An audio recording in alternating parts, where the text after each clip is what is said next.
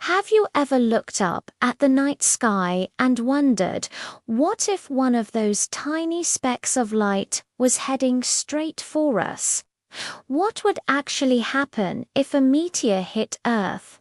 Well, it really depends on its size.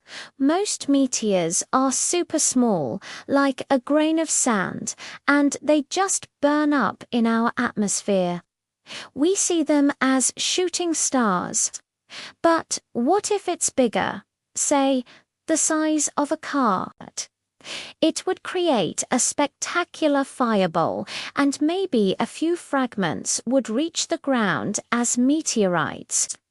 It would be a local event, loud and bright, but probably not catastrophic.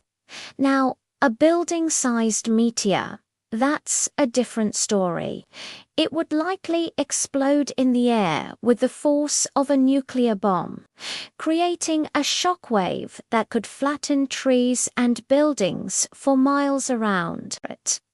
This is called an airburst, and it happened over Chelyabinsk, Russia.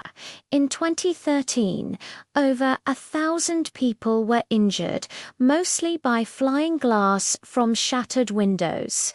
And the big one, the kind of meteor that's a few miles wide, like the one that wiped out the dinosaurs.